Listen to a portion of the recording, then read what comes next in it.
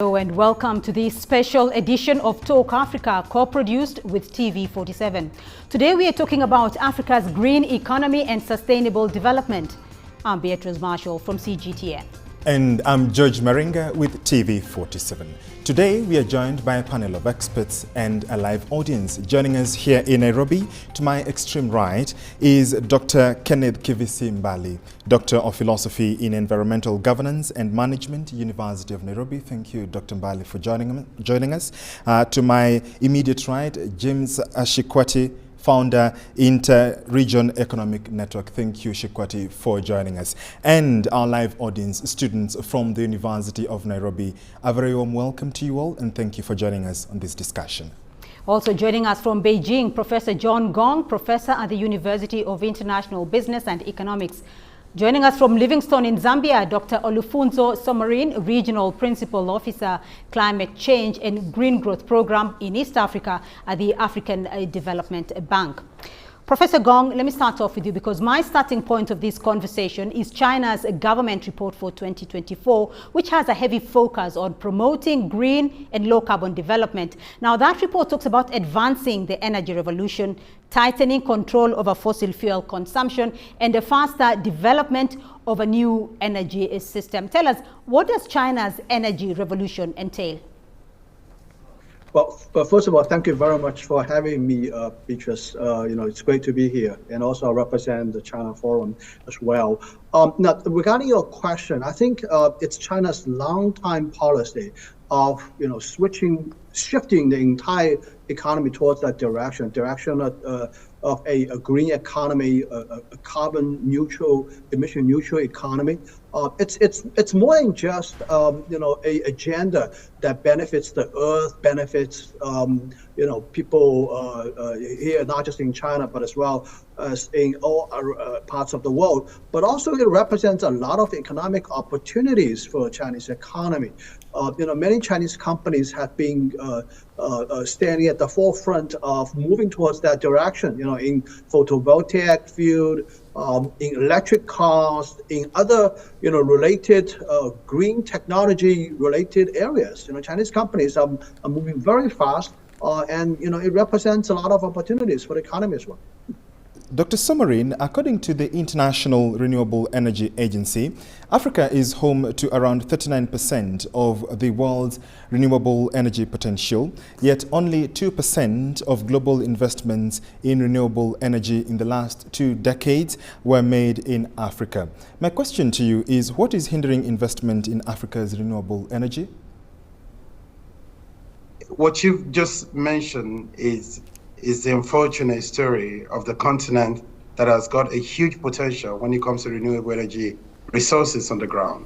But unfortunately, the investment that is needed to translate this potential into actual results and ultimately actual development on the ground quite missing. I would say one of those challenges has been the lack of policy incentives that most of the private capital needed for energy investment would require in order to be able to scale up financing to Africa. And when I mean policy incentives, and that is very much linked to the ability to provide, on the government side, enabling environment. So most of the resources right now going to energy investment, particularly renewable energy investment in Africa, are largely in the public sector domain. And we need increased private sector resources. But private sector, there's a way they work, and there are financial instruments that they respond to. And what we need to see on the ground going forward, it's beyond the enabling environment that we talked about, but it's also very important to provide the policy incentives for private capital to flow. But ultimately as well, we need the development of bankable investment projects, investment-ready projects on the ground. And we need a lot of technology support, but also as well as the right partnership to be able to take those potential resources into actual investment on the ground. Absolutely. Thank you, Dr. Somarin. Shikwati, you've heard what he has had to speak about capital and resources. You're an economist, sir. And looking at the investment potential that Africa has, how much investment potential does Africa have? And is there willingness, and what are the opportunities that exist, especially in green energy? Yeah, I would start by saying that, first of all, sensitivity towards environmental issues is somehow correlated to either you're wealthy or poor. You'll get that the wealthy countries are the ones who are getting super sensitive about what's happening to climate. And the story of China is quite interesting, because when they were accelerating their growth to be a wealthy nation, you'd visit Beijing and you could clearly not see the sky. And they had to anchor the agency to, to have a clean environment, because the wealth was accumulating.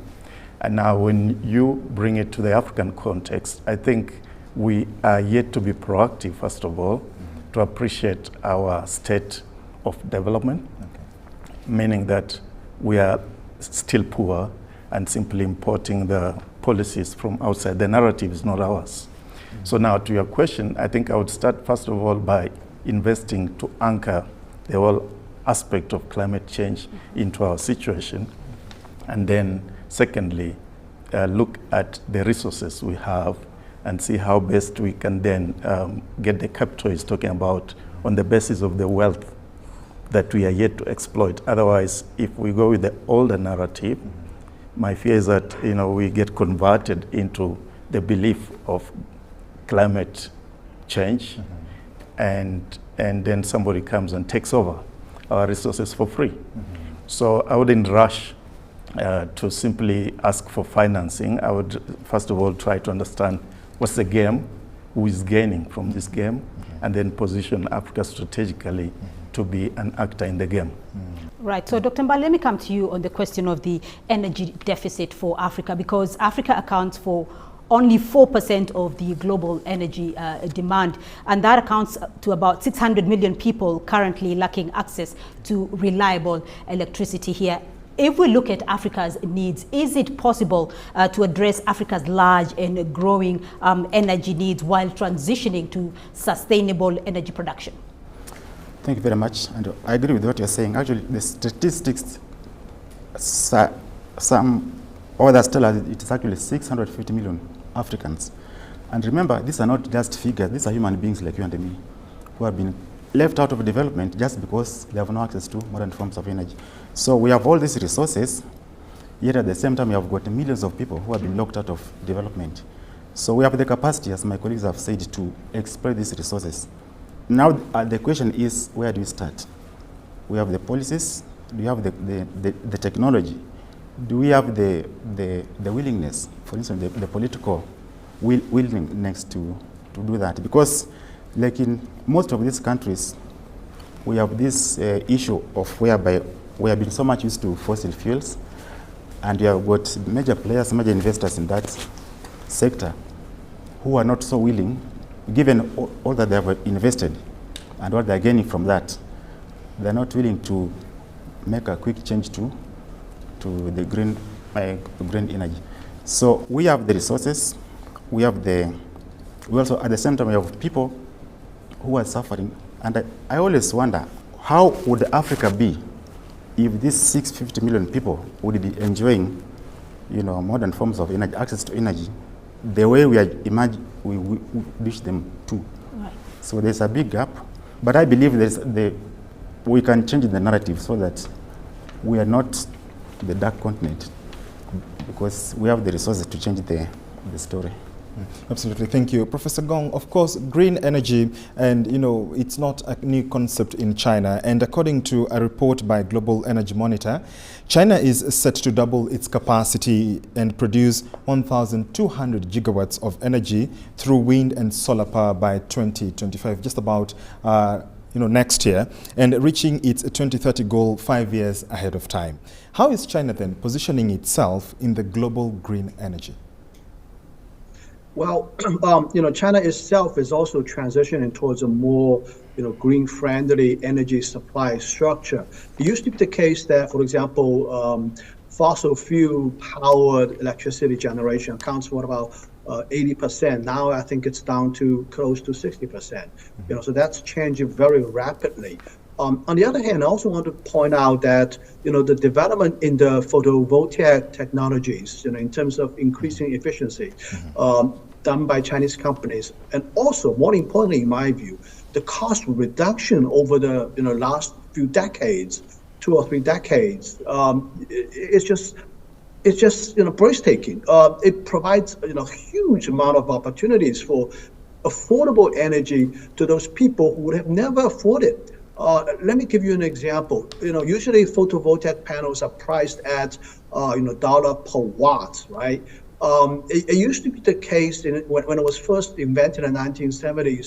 It was priced at over $100 per watt. Today, it's 20 cents per watt. I mean, so 20 cents per watt. So literally, we can talk about people living in very remote areas who would have never got a chance to get hooked up to the grid, for example. In many developing countries, all of a sudden have a affordable solution, an off-grid solution. I'm actually very big about promoting this kind of a distributed energy model to households directly. They don't have to get onto the grid. They don't have a generation power plants. People just put up a panel outside their house. And I think for most people, they're not running on wholly air conditioning houses of 2,000 or 3,000 square feet like what they do in the United States. For moderate households in developing countries, I think 1 or 2 kilowatts hour of electricity supply would be enough, and this can be done by just solar panels, 1 or 2 solar panels priced at a moderate level, and I think this is a very viable model for many people in Africa. Absolutely. James, he talks about, Prof talks about energy models. So how has China managed to expand its non-fossil energy sources to surpass targets?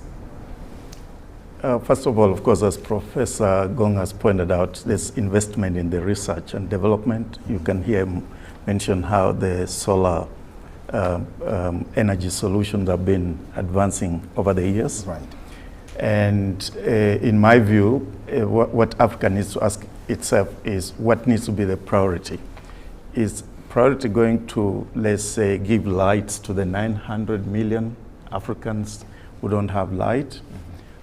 Or is priority going to be, we are a youthful continent with over 70% age below 20 years who need jobs, and therefore we need to set up industries that then convert our raw materials into products that we can sell. Therefore, I think the point to Professor Gong's suggestion would be how to fit this into an industrialization matrix, meaning we need, of course, the solar panels that can power industries, and then we need energy storage systems, because remember, the sun is not always up, so there has to be a way that you capture the energy, store it, and then use it. And then, so the priority has, in my view, be staggered in a way that productivity is key. If you look at China's secret, it's really about production. That's why it's the factory of the world. So if we target just lighting people's homes, is to turn Africans into consumers. You turn the whole continent into a supermarket. We just have lights to buy products from somewhere else. So I think we can tweak from the Chinese model and say, yes, we need energy. Yes, we are going green, but we need to strategically power core points of things that can then increase productivity in the continent, give our youth an opportunity to get jobs, give them an opportunity to innovate, offer solutions, create African-made products that can go out within Africa and to the rest of the continent. So, Dr. Sommarin, I want to get some feeling and some clarity from you on some of the projects that are game changers on the continent, because in 2022, for instance, South Africa launched its Just Energy Transition Investment Plan, one of the few countries that has done that, an $8.5 billion 5-year investment strategy. There are other countries like Kenya and Ghana, which are also topping the table in terms of promoting projects with an environmental sustainability focus. What are some of these countries doing that are beneficial, and in which ways are these projects game changers that are worth emulating? And it's important to also appreciate the fact that a continent of about 18% of global population, only produces 3% of global emissions. But yet these countries have seen a pathway to a low carbon development trajectory. They're appreciating a just energy transition. And that just transition, which seems to be going to be gradual, but also needs to be supported in form of electricity generation and basically changing investment, which will create jobs ultimately on the ground, but also trying to deploy resources, energy as resources, to countries or regions of the countries that do not have access. But we've also seen investment in mini grids as well. Now, the traditional pathway is to make sure that you get as much people connected to the national grid, but you also recognize that development must happen at the rural spaces, and that development requires energy. And if you cannot connect them to the national grid, investment in mini grids have been very helpful. We've seen this in water purification, which is improving health access. We've seen this in creating SME, supporting SME businesses at the local level. We've seen this in supporting tourism, where resource access to energy is supporting tourism and it's also supporting food production on the ground. And that critical role that energy plays, and in this case, clean energy, it's very important to subnational development. That is the case in most of the countries. But what I want to say, and in the case of Kenya, right, is for a country that is already, relatively green, 93% of Kenyans' electricity generation comes from green sources. Now, the question is, what incentives are available to Kenya at the global level for going green? And that is the push that the bank continues to work with other partners. And secondly, to also help them to be competitively, to compete in the global trade systems, right, and to be able to produce goods that are labor green. And if those goods are labor green, given the context, they are able to get the best of prices in the global market. And that incentive is something that is very important. That should be important for a country like Kenya. So think about the European Union carbon border adjustment mechanism. Today, if you produce certain goods under high carbon intensity, you're going to be punished, so to say. Now, should there also be a mechanism where if you produce certain goods under low carbon intensity, you should also be rewarded? And this is the conversation that I think, the bigger conversation around green energy that is very important for countries. Mm-hmm. Dr. Mbali, Dr. Somarin talks about incentives. Let's look at the financial gap for environmentally friendly and sound technologies, which remain a major challenge, especially for the African continent. Now, in 2020 alone, only $6.07 billion was flowed into Africa, whereas the global exported technology value reached $1.17 trillion. That, of course, is a very huge gap. What will it take for Africa to acquire these technologies, and can Africa build on its own? I think one of the things we can do is to create space and enabling environment to attract the best technology that you can have. For instance, if you look at in Kenya here, the issue of taxation. Initially, there was the green energy products is meant specifically for biogas. It was zero rated, but later on, with the change in the act, I think that was 2020, the VAT went up again to 16%. So it makes it difficult even for investors to come and invest in the country. And you might remember also in 2017, the government, when we had the Energy Regulatory Commission, which is now EPRA, they said that every institution that uses more than 100 liters of hot water per day must have solar water heating systems. And the government said that by the investors were given, a 5-year grace period to comply. And after that, what happened? The government backtracked. So it's like we are not sure, and that kind of inconsistency also affects our capability and our potential to go green.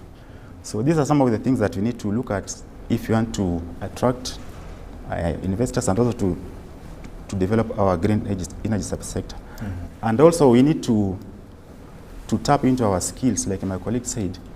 You might be surprised that a lot of our people are very creative, but sometimes that knowledge is actually stolen. So we need intellectual property rights to be factored in so that these inventions that you're talking about, we can capitalize on the potential of our people we tap into this. And also, as we, go green and we industrialize, Right. we must also take into account the issue of value addition.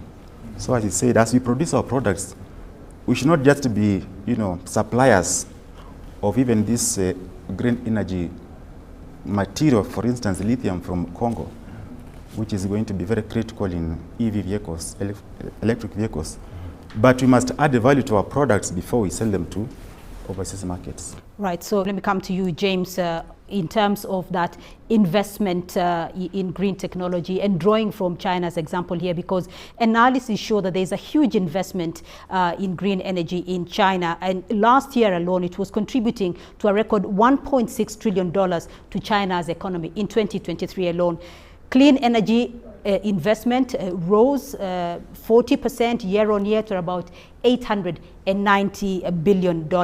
What does this clean energy growth in China mean for China, one, but also means for the rest of the world? Yeah, thank you, Beatrice. The China story is a very interesting story for us in Africa because first I started by saying China has positioned itself as a factory of the world. Factory of the world means they have goods to sell out there. And then here comes the climate change debate. Here comes the sensitivity about the environment, meaning if China does not comply, it gets stuck with its products. So you can see the incentive of the Chinese government to invest into green solution is out of the fact that they don't want goods stuck in their warehouses. They want these goods to be spread out to the market. And the market, especially the developed market in Europe, then puts those conditionalities of green. So China then invests heavily and surpasses even the expectations of the European market until of late we hear them getting scared of Chinese electric vehicles. Now, if we put that in the context of Africa, are we a factory? What is it we're producing for the world? So meaning, if we take the feel-good factor away from the conversation, I think Africa is merely absorbing dictates that it has no clue about. There's no really internal drive. And if we go to Dr. Somarin's example, he talks of Kenya having mostly 60-70% green of its energy, but at what cost? Because you notice part of the reason we can't industrialize at a faster rate, energy in Kenya is very expensive. So I think the clue here, again, just going back to the point that we have a youthful population, a lot of arable land not exploited. I mean, Africa, it's sort of not exploited is the other name for Africa, as far as Africans are concerned, is to look for ways of maybe leveraging this interest in green economy to get cheap energy that then our industries can use probably to produce cheaper products, because our products then become expensive, energy being one of them. As Dr. Mbali mentioned, then there's a tax, because the governments want revenue and they want to tax anything that moves. And then if you look at the Chinese strategy, then they had to create a possibility of supporting their industries to grow.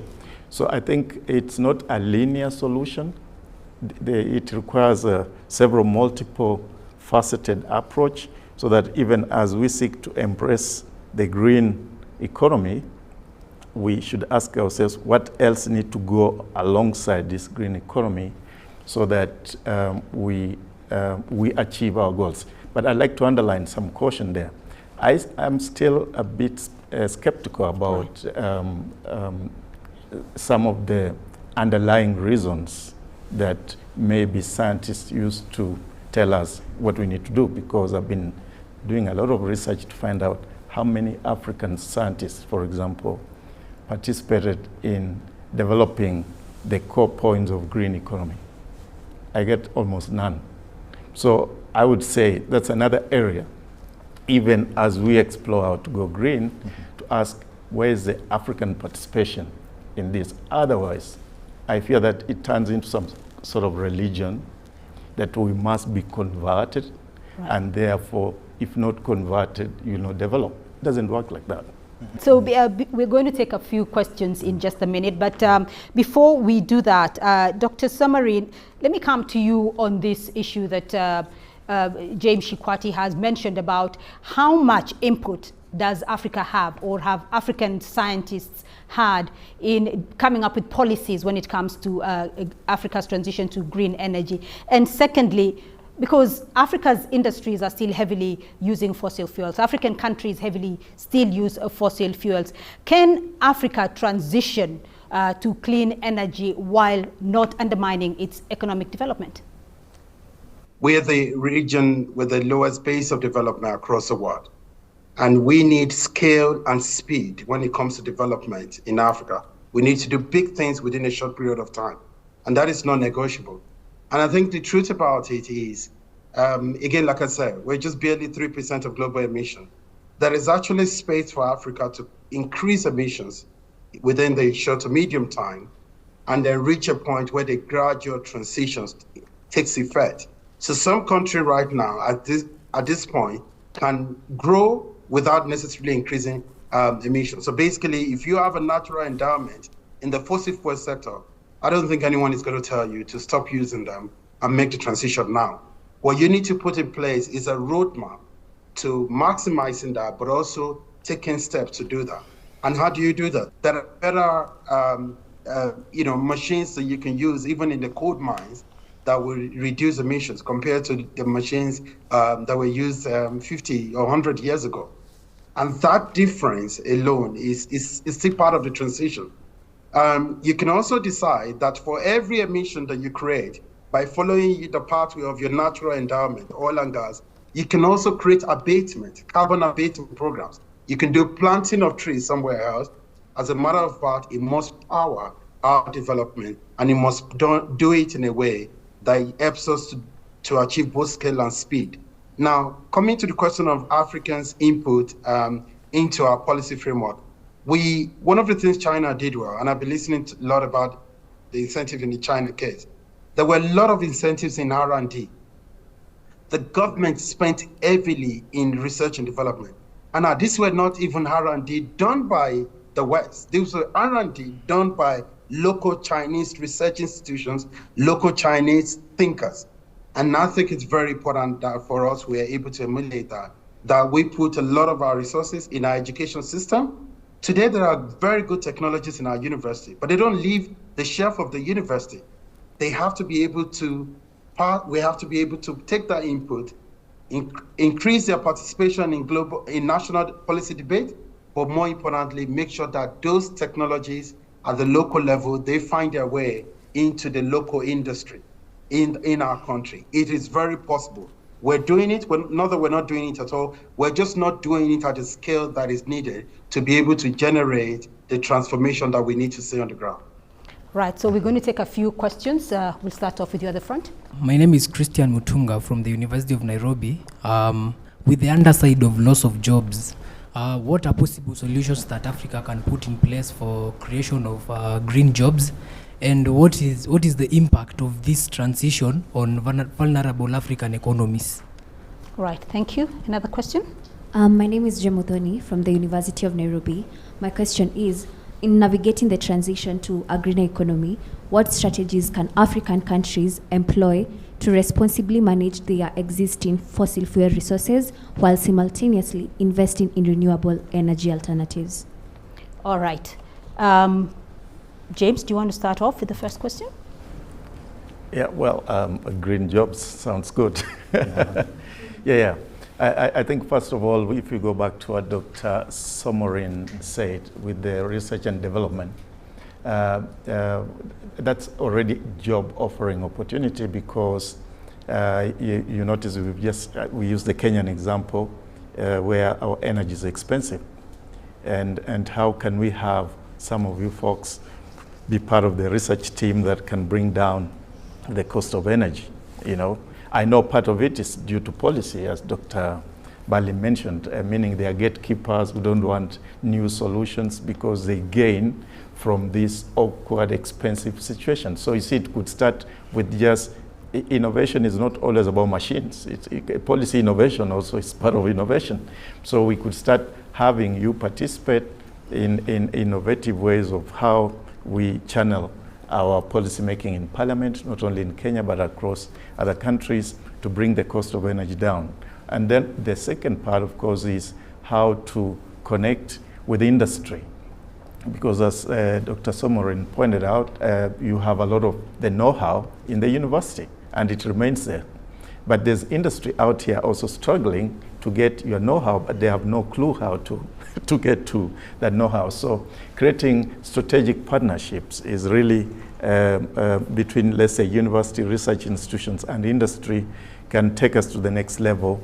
I know Kenya has tried it. There is an agency in this country that connects, it's experimenting with connecting industry with the university. So you dual work together on a research component to produce a product. Universities don't produce products, they produce papers. Industries don't do papers, they produce products. So I can imagine if that's replicated across the continent, where universities are not just to churn out degrees, but to work with SMEs, work with the existing industries to churn out products. It can then provide jobs, then it can provide the necessary know-how and technology for us. And then, of course, we don't forget the Chinese experience, right? Because no need to reinvent the wheel. I mean, if the Chinese have done it under those difficult circumstances that they faced, what can stop us from doing that? So the point would be to look at how we can do knowledge sharing, or maybe joint research, for example, African universities, Chinese universities, African industries, how do you work jointly then to create a possibility for the next step. But remember, I conclude, if we do not have products, we do not have the pressure to innovate. Right. The Chinese had lots of products, and they knew if they don't innovate, they'll be stuck with the products in their warehouses. Right. So, Dr. Somorin, if you can answer the second question about what exactly are Africa's strategies for the just transition or for the transition to green energy?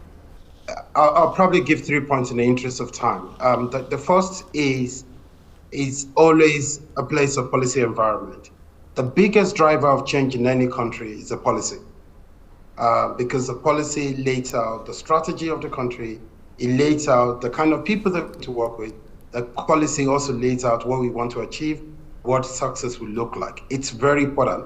Now, when then we move away, if we have that if we have that correctly in place, the next step, our strategy, is also to be able to build a community of practice. Some of the strategies that we need to do in making that transition are not necessarily foreign. We're already doing them. We may not be calling them a transition strategy, but we're already doing them. Look, the value behind investment in renewable energy is it makes economic sense. It is your national endowment. It offers you an opportunity to transform them to the benefit of your people and generate revenue and economic opportunities for you. And number 3, I mean, part of it is also that you don't have to give your resources to other people in terms of paying for these services. You can create all of that on the ground. The third point, and that I think is very important beyond community of practice, is to create an ecosystem approach when it comes to strategy. An ecosystem approach where we are able to create a connecting dot to almost everything. You know, and think about it, like water. Water is not just for drinking. Think about investment in water that is able to unlock agricultural productivity. Think about investment in water towards health and the like. In the energy space, a clean energy can help us to be competitive in the market.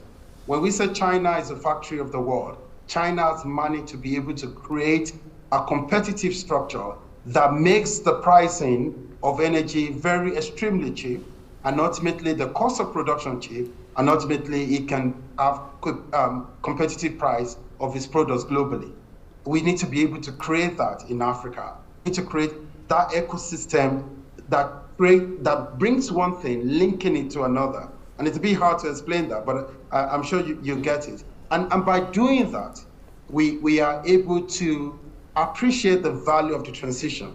Because Beatrice, it will interest you to know that some people still think that the idea of transition is foreign to us.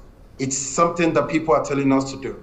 No, rather, we should see it as an idea that is very critical for our development, that is very critical for our competitiveness, but it's also very critical for us to be able to remain in the global system. This is the way the world is going. The world is going green. A time will come, if you have a product that is not green, you may not be able to sell it. So it's important to be part of that transition going forward. So I'll keep it there for now. All right, Professor Gong, I want to get your concluding thoughts here. And as you conclude, I want to hear from you, though, the kind of partnership deals that you think African countries can strike with Chinese companies so that Africa can also have a footing or a good footing in green energy and the just transition. Yeah, I think this is also something that we can learn from the history in China. In the 1960s and 1970s, Chinese economy, Chinese technologies are very much backward, actually. Not so much different, say, from some countries in Africa right now. But over the years, what we have done here in China is that we opened the door, we invited foreign companies to come and invest. And over time, by gradually participating in this value chain in partnership with the Western companies, Chinese companies have grown, and to the extent today, the entire photovoltaic industry is actually dominated by Chinese companies. I would suggest strongly, to the African leaders, the same strategy, to invite Chinese companies to come to Africa to do some joint venture production and manufacturing. And over time, there are small and medium-sized, maybe even larger companies gradually participating in that value chain. And over time, it can be do these things on their own. To get involved in these technologies is not so easy in my view. Today, it's highly sophisticated. I can tell you, for example, in some photovoltaic shops here in China, it's the run 24 hours. The factories are entirely dark. No people are working in it. It's 100% automated. This kind of a technology is not that easy to develop. So I would strongly suggest that, do some partnership to insist, for example, to have local production in Africa in exchange for market access. These are the, proven strategies that the Chinese government has done in the past. So I think foreign direct investment, local production, joint venture partnership, these are the keywords that I recommend to African leaders. Absolutely, indeed. And as we enter the home stretch of this conversation, my question to you, gentlemen, as we wind up, and I'll begin with Dr. Somarin. Let's look at Africa's green energy vision and the Nairobi Declaration issued by the chair of the African Union Commission last year stated a commitment to tripling renewable energy capacity and doubling energy efficiency by 2030. What are the realities, or is this just lofty thinking? No, thank you. Thank you to you and to Beatrice for a very brilliant conversation, and to the rest of the panel as well. Mm-hmm. And this is the beginning of a long conversation. So we've touched on a number of points here, and bringing this home and within the context of our African Declaration, I think let's remind ourselves, we're talking of a continent that's got renewable and enormous renewable energy resource potential. 10,000 megawatts of solar, 350 of hydro, 150 megawatts of wind, 15 megawatts of geothermal, all of them, all the types of renewable energy sources are all in Africa. Now, but potential is not enough. We need to translate this to result. We've seen countries that have been able to make this move within a short period of time, and Kenya is one of them. And my starting point is, let's reflect on the things they've done very well. In the case of Kenya, we expanded, created a partnership, an enabling environment for private capital to flow in there. Many independent power producers came on board, and they've been able to produce that. And I agree with you. We've done well on generation, but the pricing is still high, and that means we need to invest on the last mile connectivity and ultimately make sure that it becomes affordable to everyone.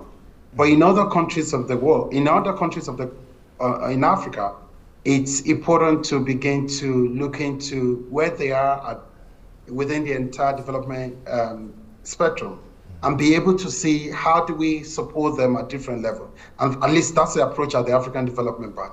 There are countries that still need to get the policy right, and we're supporting them at that level. There are countries that have gotten the policy right, but that's not translated into the right capital resources. And we are also bringing investors around the table to help them invest. In some cases, the bank is using its own resources to provide risk sharing or guarantees in place to de-risk the energy sector. And one of the largest energy programs in the Sahel is called Desert to Power, a $20 billion investment, and the bank is leading that.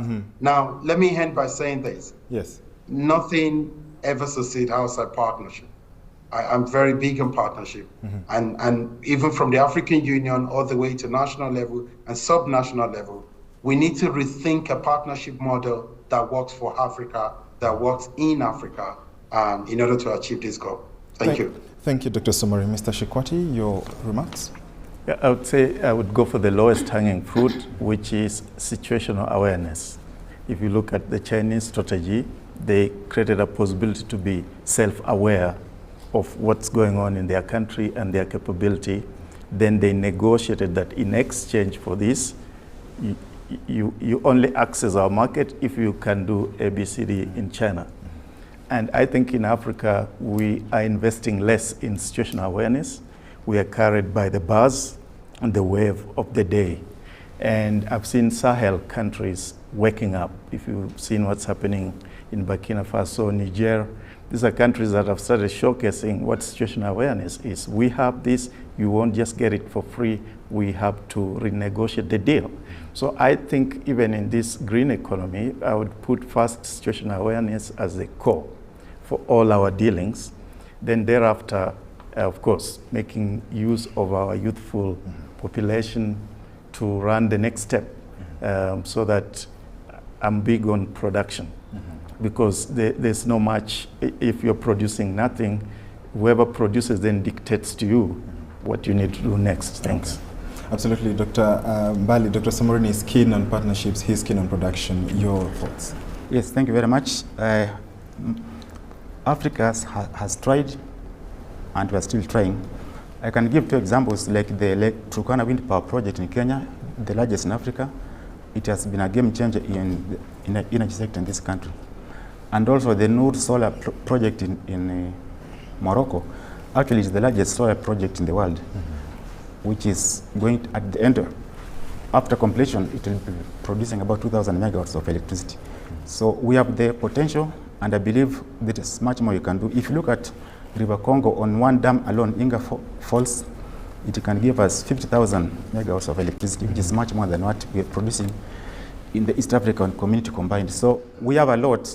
What we need to do is to bring our minds together, our skills, and where necessary, we also get support from our well-wishers outside to explore these resources, because we have so much that can actually change the narrative, the story about Africa. And since we are the ones who are we are the ones who are bruised most by the impacts of climate change, we can also put a lot of initiative to ensure that we maximize on what our God-given resources. So we have done much, but there is more to do. Thank you. Indeed, a very lively discussion there. Thank you all very much for joining us in this discussion. But that's all we have time for on this special edition of Talk Africa, co-produced with TV47. A big thank you to our guests, Kenneth Kivisi Mbali, Doctor of Philosophy in Environmental Governance and Management at the University of Nairobi, James Shikwati, Founder, Inter-Region Economic Network, Professor John Gong, Professor at the University of International Business and Economics, and Dr. Olufunzo Somorin, Regional Principal Officer, Climate Change and Green Growth Program in East Africa at the African Development Bank. And of course, our live audience here from the University of Nairobi. Thank you all very much for joining us in our discussion today. Indeed, this has been a joint production between CGTN and TV47. I'm George Maringa with TV47. Goodbye for now. And I'm Beatrice Marshall from CGTN Africa. Bye-bye.